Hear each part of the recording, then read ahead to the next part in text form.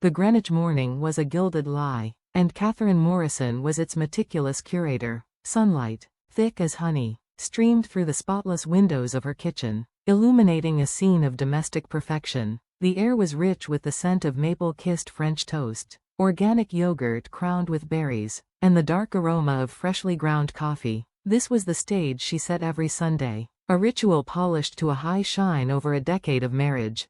"David, coffee's ready."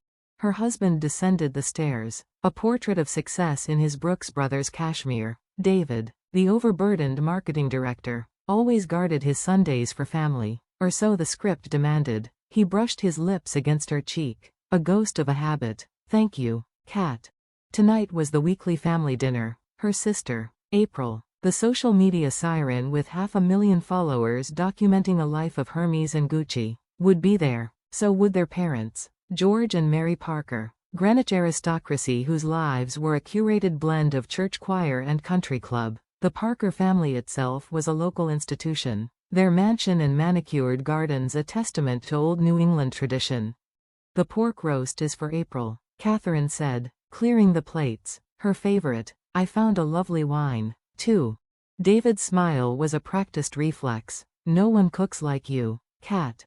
He retreated to his study, and she watched him go, the first silent crack in the day's facade. The unraveling had been slow, a quiet poison seeping into their lives. It began with late nights, blamed on a new project in the Asia-Pacific region. Then, the pale glow of his computer monitor often lit his face long after midnight, his features sharp with an anxiety he dismissed as time zone differences. The familiar, "You should get some rest, too," never came.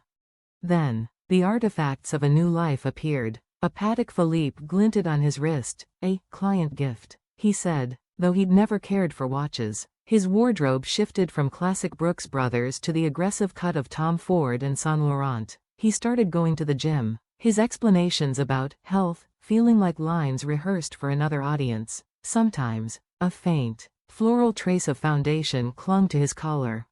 Simultaneously, April began to fray at the edges. Her excuses for missing family dinners piled up, a brand event, an influencer emergency, yet her social media fell silent on those very days. Instead of glamorous parties, she posted subdued photos from their parents' house, her smile not quite reaching her eyes. "Mom and Dad haven't been well," she'd say, though on weekends they seemed vibrantly healthy.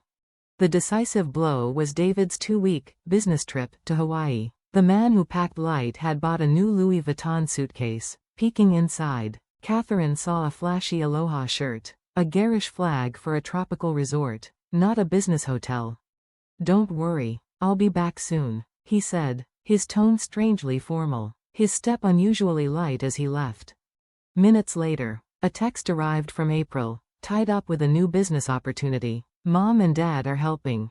The pieces, once scattered and nebulous, clicked into a horrifying tableau. With a cold, clear focus she didn't know she possessed, Katherine began to dig. She found the backup Instagram account, a private gallery of betrayal. There they were, her husband, her sister, her parents, smiling in Waikiki, toasting at La Mer. April was draped over David, her pose unequivocal, her hands steady. Katherine logged into their shared accounts, first-class tickets for 4, the Moana Surfrider, everything charged to her. The perfect life had been a shell, and now it was empty. She turned off the computer. In the gathering dusk, she walked to the closet and pulled out a suitcase. She packed one suit, her passport, and a thick envelope of evidence collected over months. Her face in the mirror was not one of grief, but of resolve. She opened her airline app and booked a ticket for the day of their return. The revenge would be perfect. In a glass-walled office high above Manhattan, her reflection was superimposed on the skyline. "Mrs. Morrison, we've been expecting you." James Sterling, the nation's most formidable divorce attorney, gestured for her to sit. "Could you tell me more about your case?" Katherine laid her evidence on the table with surgical precision: the USB drive, the printed photos, the flight records, the credit card statements. "A thorough job," Sterling murmured, admiration in his eyes. "The digital trail is impeccable." "For 10 years, I never suspected a thing," she said, her voice a calm, level plane. But I never imagined the conspiracy included my entire family. Then let's ensure it's the last thing they take from you, Sterling replied. We begin with your assets. The legal machinery engaged with silent, brutal efficiency. Joint accounts were drained, new ones opened. The deed to the Greenwich house, her premarital inheritance, was secured. IT specialists were hired, preserving every digital footprint, emails, location data, social posts, in an unassailable format. New files arrived. From Harrison and Global's accounting, an assistant announced, fictitious business trips, inflated expenses, 6 figures worth. April Parker's financials are a disaster, the IT specialist reported. $5 million in debt. Her influence is cratering. Brands are jumping ship. Katherine thought of her parents. An investigation revealed the truth. The family mansion was heavily mortgaged. Country club dues were in arrears. Their donations to the church had stopped. Perfect preparation requires allies, Sterling stated. Their first call was to Thomas Hamilton, CEO of Harrison and Global. David's actions are a profound breach of compliance, he said, his voice grim. Next, the HR director. His promotion is frozen. The disciplinary committee is being convened. Key clients in the Asia-Pacific region were discreetly informed. Their trust, once placed in David, was about to be violently withdrawn. The trap was set, its jaws waiting to snap shut on the perfect, homeward-bound flight. Katherine's revenge was not a blunt instrument. It was a surgical strike, orchestrated with the precision her profession demanded. Leveraging her expertise and April's crumbling connections, she systematically dismantled their world. A representative from a flagship luxury brand confirmed, her engagement metrics no longer align with our image. An advertising director, reviewing a new model's portfolio, agreed, we've been preparing to terminate. Her influence is no longer a viable currency. The ripples spread through the hallowed halls of their community. The pastor of First Presbyterian, his voice heavy with disappointment, stated, the Parkers' actions are irreconcilable with our values. The committee will take the necessary steps.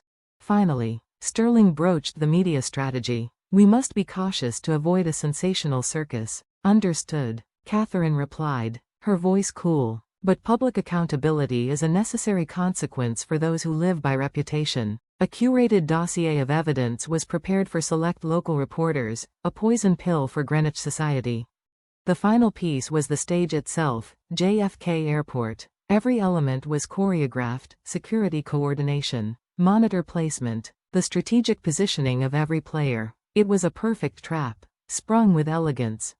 72 hours before their return, Sterling made one final check. Madam, you're certain this is the way? Katherine watched the city lights ignite against the twilight. This isn't revenge, James, she said softly. It's a reckoning. Airport arrival lobby. Katherine stood poised in a sharp, ivory-white Alexander McQueen suit, a stark contrast to the bouquet of deep burgundy roses in her hands, the same variety she had carried 10 years ago. The air hummed with silent anticipation.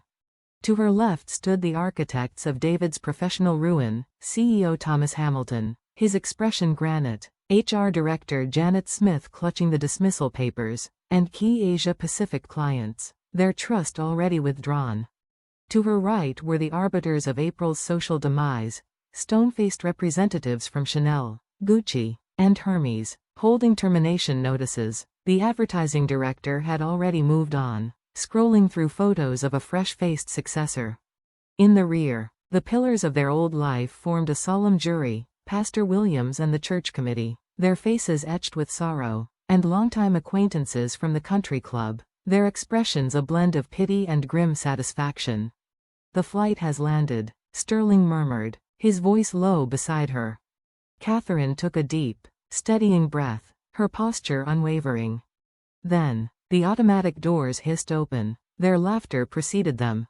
An absolutely perfect vacation, April's voice trilled, a new Hermes Birkin swinging from her crooked arm.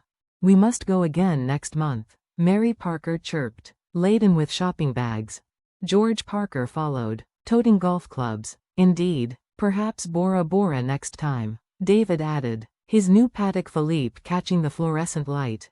Their suntanned, smiling faces froze mid-celebration as they saw the assembly. The scene shifted from a homecoming to an intervention in a heartbeat. Katherine advanced, the red roses a splash of violent color. "Welcome home." Her voice was calm, a flat plane of ice. David's face went ashen. April's grip on her Birkin turned white-knuckled. Their parents stood as if turned to salt. Katherine's gaze flicked to the large monitor above. "Shall we begin with the timeline?" The screen ignited. Scene: last Christmas Eve. David and April stealing a moment, his hand on her waist, away from the party. December 24th. Katherine's voice cut through the silence. "While I was finalizing the year-end accounts." The footage continued. Security stills from a boutique hotel, restaurant receipts, a timeline of deceit meticulously documented. April. Katherine turned, her eyes like flint. $5 million in debt. Was my husband your final, desperate sponsorship opportunity? The screen displayed the brutal truth, graphs of her plummeting engagement, emails pleading for contract renewals, the stark red of default notices. April looked as if she'd been physically struck. Katherine pivoted to David. "And you? Was a midlife crisis worth the price of your integrity?" The monitor now showed his own downfall, fabricated expense reports, dummy invoices for client entertainment, internal memos questioning his compliance. David staggered, the wall the only thing holding him up. Finally, she faced her parents, the deepest cut of all. "And you, my own flesh and blood, why? Was preserving April's illusion worth shattering my reality?" The dam broke. Thomas Hamilton stepped forward. "David Morrison, you are terminated for gross misconduct." The clients echoed. "All contracts are void." The HR director thrust the papers forward. "Effective immediately. No severance." The brand representatives turned in unison to April. "Our partnerships are terminated. Permanently." The pastor's voice was heavy. "You are no longer members of this congregation." A club member finished. "Your memberships have been revoked." A symphony of ruin, played in perfect harmony. David crumpled to his knees. April dissolved into ragged sobs. Her parents could only stare, hollowed out. At that moment, the media's cameras flashed, capturing the moment Greenwich society crumbled for the morning edition. Katherine let the roses fall. The burgundy petals scattered like drops of blood on the polished floor. Without a backward glance, the hem of her white suit sweeping the evidence of their shame, she delivered her final line. "This is the cost of betrayal." She walked away, magnificent and untouchable, leaving only the wreckage of 4 lives and the ghost of scattered petals behind. 1 year later, Katherine Parker gazed from her 57th floor office, the city sprawling at her feet. The 2024 Outstanding Accountant Award on her desk was a testament not just to her skill, but to her rebirth. The fates of the fallen were succinct. David, blacklisted for fraud, lived in a walk-up in the Bronx, his life reduced to temporary gig work and court-ordered alimony.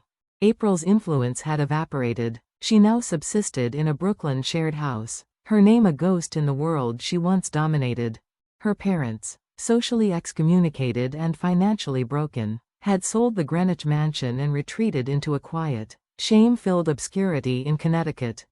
When her secretary mentioned a letter from her mother, Katherine fed it, unopened, into the shredder. The past was a country to which she held no passport. Her own life, however, had blossomed. Parker Consulting was now a byword for integrity on Wall Street. She had built a new community at Central Park Church, and through her philanthropic work, she had found a quiet peace in museum visits and Broadway shows, a peace that had eluded her in her gilded cage. "Are you happy?" a friend asked. Katherine's smile was genuine, untethered. For the first time, "Yes, Miss Parker, the board is ready." At her secretary's call, she rose. The Manhattan skyline, jeweled with twilight lights, was no longer a backdrop for someone else's story, but the canvas for her own. The betrayers were left to their regrets, but for Katherine, the main act was just beginning. As she walked toward the conference room, her stride was confident, her back straight, casting no shadow. The full moon rose over the city, a silent witness. Tomorrow, Katherine Parker would ascend to new heights, her trust placed not in people, but in her own unshakable strength.